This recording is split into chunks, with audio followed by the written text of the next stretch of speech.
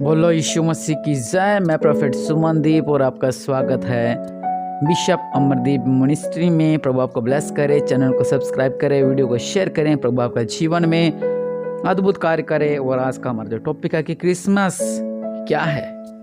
Hallelujah. क्या है Christmas? Hallelujah. क्यों मनाया जाता है क्रिसमस? देखो, आजकल जो संसारिक चल रहा है, वो लोग क्या करते हैं कि सेंटा क्लॉज बनते हैं, पार्टियां करते हैं, एंजॉय करते हैं। लेकिन जो खास वजह है क्रिसमस क्यों मनाया जाता है, मैं आपको बताऊंगा। पहली बात की तारीख फिक्स नहीं है, लेकिन कहते हैं लगभग कि 25 दिसंबर को प्रभु का जन्म हुआ। क्रिसमस इसलिए मनाया जाता है क्योंकि इस दिन प्रभु यीशु मसीह का जन्म हुआ था। हालेलुया।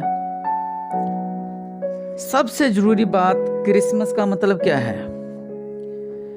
क्रिसमस का असली मतलब है प्रेम।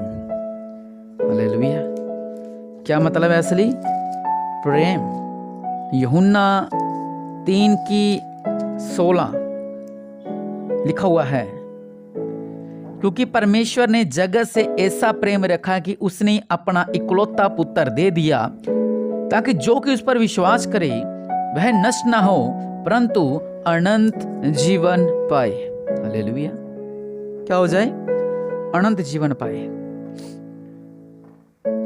अगर हम शुरू से जाने इसके बारे में, तो पवित्र वचन कहता है पवित्र बाइबल में से कि आदि में परमेश्वर ने आकाश और पृथ्वी बनाई। 6 दिन में प्रभु ने सब कुछ बनाया और 7वें दिन विश्राम किया। और प्रभु ने 6वें दिन आदम को बनाया मिट्टी में से, और उसकी पसली निकालकर उसको गहरी नींद में डालकर उसकी पत्नी को बनाया। उनके लिए एक अदन की वाटिका बनाई। हालेलुया। कि वहां से वो इसकी देखरेख करें, सब अच्छा चल रहा था। लेकिन उस वाटिका में परमेश्वर ने, उस वाटिका के बीच में एक वृक्ष था। प्रभु ने कहा था कि तुम इसका फल मत खाना। और उसका नाम क्या था? भले बुरे ज्ञान का। क्योंकि आपको पता है, जब इंसान को बनाया तब वो वस्त्रहीन थे, मतलब वो नंगे थे। तो उनकी आंखों के ऊपर पाप नहीं था कोई भी, क्योंकि उन्होंने कपड़े नहीं पहन रखे थे, वो नंगे थे। उनकी आंखों में पाप नहीं था। वचन कहता है कि सांप ने चालबाजी चली। सांप कहता उनसे, वचन में लिखा हुआ उत्पत्ति 3 में, यहोवा परमेश्वर ने जितने बनेले पशु बनाए थे उन सब में सर्वधूर्त था।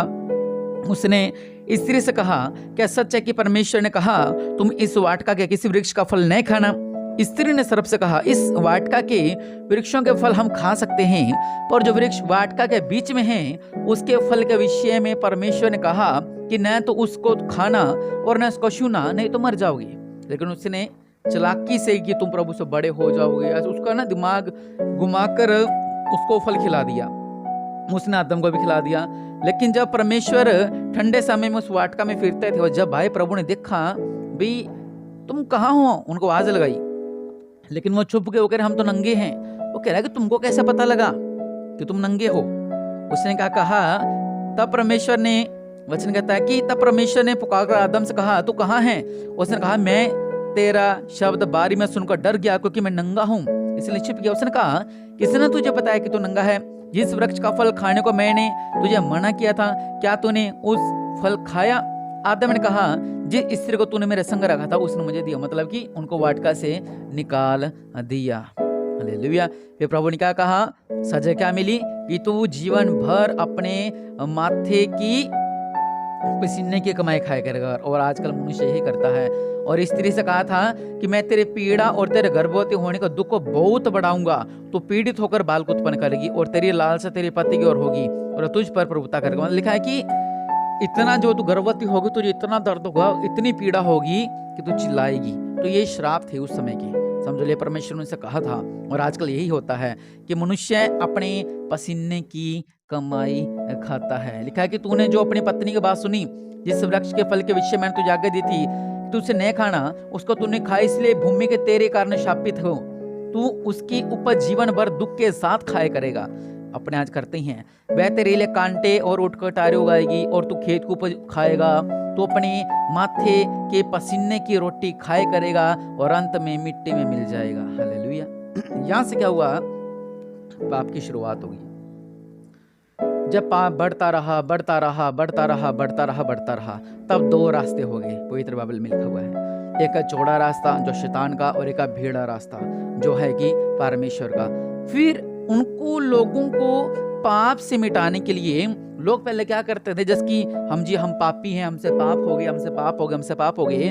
वो एक मेमना लेते थे, मेमने के ऊपर हाथ रखते थे और कहते थे हमारे इसके पाप, हमारे इसके पाप, और बकरे को बलि कर देते थे, मतलब कि मेमने को बलि कर देते थे।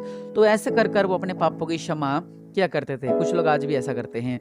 लेकिन प्रभु के लोगों, परमेश्वर ने क्या कहा कि मैं मेरा इकलौता पुत्र तुम्हें दूंगा, वो बलि होगा किनके लिए? तुम्हारे लिए बलि होगा। इसलिए तो वचन कह रहा है यूहन्ना 3:16 में, क्योंकि परमेश्वर ने जगत से ऐसा प्रेम रखा कि उसने अपना इकलौता पुत्र दे दिया ताकि जो कि उस पर विश्वास करे वह नष्ट न हो। हालेलुया। और तब क्रिसमस मनाया जाता है, मतलब जब प्रभु का जन्म हुआ उसको क्रिसमस का दिन कहा जाता है। हालेलुया। और लूका 1:26 में लिखा हुआ है कि स्वर्गदूत आया जिसका नाम जिब्राइल था, वो नासरत में आया जिसका नाम जिब्राइल था। वो स्वर्गदूत ने क्या कहा, जो कि एक मरियम थी, लिखा हुआ है, एक कुंवारी के पास भेजा गया जिसकी मंगनी यूसुफ नामक दाऊद के घराने के एक पुरुष के साथ उसकी मंगनी हो गई थी और वो कुंवारी थी। स्वर्गदूत ने उसने कहा, भीतर आकर कहा, आनंद और जय तेरी हो जिस पर ईश्वर का अनुग्रह हुआ है, प्रभु तेरे साथ है। अब पाप तो मिटाना था। अब पाप मिटाने के लिए प्रभु ने क्या किया? अपना इकलौता पुत्र दे दिया। हालेलुया। क्या दे दिया? अपना इकलौता पुत्र दे दिया। कुछ लोग कह रहे हैं कि अगर आपके एक गॉड नहीं आना था, वो राजा बनकर क्यों नहीं आया, वो महान बनकर क्यों नहीं आया, मतलब कि राजा बनकर नहीं आया, वो कुछ मतलब अपने कह सकते हैं कि बड़ी उपाधि लेकर वो क्यों नहीं आया, बड़ी पदवी लेकर वो क्यों नहीं आया। लेकिन प्रभु के लोगों, हम सबके पाप मिटाने के लिए प्रभु को अपनी जान देना जरूरी था। प्रभु के पास इतनी शक्तियां थी कि वो मुर्दों में से जिंदा हो गए। तो प्रभु एक स्वर्गदूत पूरी दुनिया को पलट सकते हैं। हालेलुया। लेकिन जब प्रभु को पकड़ने के लिए आए तो प्रभु के चेले ने उस सैनिक का कान काट दिया और उसने उस कान को उसके वापस उसी जगह पे चिपका दिया। इतनी शक्ति थी प्रभु में। लेकिन सब राज्य छीनने के लिए प्रभु को बलि होना जरूरी था, अपने लिए नहीं बल्कि आप लोगों के लिए। तो प्रभु को वचन कहता है कि प्रभु ने अपना इकलौता बेटा भी नहीं छोड़ा, और हम जैसों के लिए प्रभु ने अपना इकलौता जो पुत्र था वो कुर्बान कर दिया। और प्रभु ईश्वर ने किसको चुना? एक जिसका नाम मरियम था, जिसकी मंगनी हो चुकी थी यूसुफ नाम के साथ, व्यक्ति के साथ, और प्रभु ने उसको चुना। और लिखा हुआ है, मैं पढ़ूंगा आगे, वह उस वचन के से बहुत घबरा गई और सोचने लगी यह किस प्रकार का अभिवादन है। स्वर्गदूत ने उससे कहा, हे मरियम, भयभीत न हो, क्योंकि परमेश्वर का अनुग्रह तुझ पर हुआ है। देख, तू गर्भवती होगी और तेरे एक पुत्र उत्पन्न होगा, तू उसका नाम प्रभु यीशु रखना। वह महान होगा और परम प्रधान का पुत्र कहलाएगा, और प्रभु परमेश्वर उसके पिता दाऊद का सिंहासन उसको देगा और वह याकूब के घराने पर सदा राज्य करेगा और उसके राज्य का अंत न होगा। मरियम ने स्वर्गदूत से कहा, ये कैसे होगा? मैं तो पुरुष को जानती नहीं। स्वर्गदूत ने कहा उससे, पवित्र आत्मा तुझ पर उतरेगा और परम प्रधान की सामर्थ्य तुझ पर छाई करेगी, इसलिए वह पवित्र जो उत्पन्न होने वाला है परमेश्वर का पुत्र कहलाएगा। हालेलुया। वचन वो कहती कि मैं किसी को तो जानती नहीं, मैं कैसे गर्भवती हो सकती हूँ? उसने कहा, नहीं, अगर मरियम मतलब प्रभु का जन्म अगर मनुष्य के द्वारा होता तो प्रभु यीशु मसीह भी आज पापी कहलाते हैं। हालेलुया।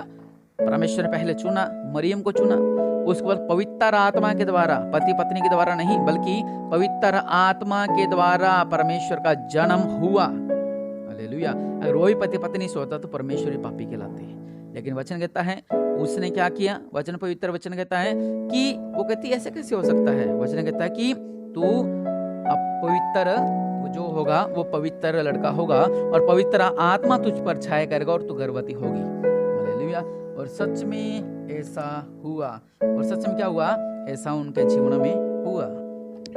और आगे वचन कहता है उस देश में कितने गडेरिये थे जो रात को मैदान में रहकर अपने झुंड का पहरा देते थे, और प्रभु का दूत उनके पास आ खड़ा हुआ। क्या हुआ? गडेरियों के पास एक स्वर्गदूत आया। उसने क्या कहा? प्रभु का तेज उनके चारों ओर चमका और बहुत डर गए। मतलब ऐसे पहरा दे रहे थे और परमेश्वर का स्वर्गदूत वहां पर आ गया और ज्योति चमकी। तब स्वर्गदूत ने उससे कहा, मत डरो, क्योंकि देखो मैं तुम्हें बड़े आनंद का सुसमाचार सुनाता हूँ, जो सब लोगों के लिए होगा, कि आज दाऊद के नगर में तुम्हारे लिए एक उद्धारकर्ता जन्मा है, और यही मसीही प्रभु है। और इसका तुम्हारे लिए यह पता कि तुम एक बालक को कपड़े में लिपटा हुआ चरनी में पड़ा पाओगे। उसने पहले बता दिया था कि चरनी में पड़ा पाओगे। आगे लिखा हुआ, आकाश में परमेश्वर की महिमा और पृथ्वी पर उन मनुष्य जिनमें से वह प्रसन्न है शांति हो। हालेलुया। जब स्वर्गदूत उनके पास से स्वर्ग को चले गए तो गडरी ने आपस में कहा, आओ हम बेतलहम जाकर यह बात जो हुई और जिसे प्रभु ने हमें बताया है देखें। हालेलुया। और वहां पर उन्होंने पाया परमेश्वर को। देखिए, इसलिए हम क्रिसमस मनाते हैं कि आज प्रभु का जन्म हुआ। आज लोग क्या कर रहे हैं? पार्टियां करते हैं, शाटियां करते हैं, नशा करते हैं, बहुत कर रहे हैं। कुछ लोग बेचारे सेंटा क्लॉज बना के घूम रहे हैं, और लेकिन वो अलग बात है। और कुछ लोग क्रिसमस ट्री को कर रहे हैं सेटलमेंट, वो भी बात अलग है। लेकिन खास जो किस लिए क्रिसमस मनाया जाता है, जो बात ढकी जाती है, ये वो बात है कि उस दिन यहोवा परमेश्वर का, प्रभु यीशु मसीह का जन्म हुआ। और किन के लिए जन्म हुआ था? हमारे लिए। अगर प्रभु का जन्म ना होता तो आज हम भी पाप में होते। और जिसने प्रभु यीशु मसीह को अपना उद्धारकर्ता ग्रहण कर लिया है, आज वो पापी नहीं है। हालेलुया। पहले एक रास्ता था जो नरक की ओर जाता था, अब दो रास्ते हैं, एक नरक की ओर जाता है और एक परमेश्वर की ओर जाता है। तो तब परमेश्वर कहते हैं कि चुनो तुमने किस रास्ते जाना है। और जो प्रभु के रास्ते लग रहे हैं वो अनंत जीवन और अनंत आशीषें वो पा रहे हैं। इसलिए हम क्रिसमस को मनाते हैं। प्रभु आपको ब्लेस करे और आपको भी क्रिसमस की ढेरों बधाइयां हो और आप आशीष दो प्रभु यीशु मसीह के नाम से। आमीन।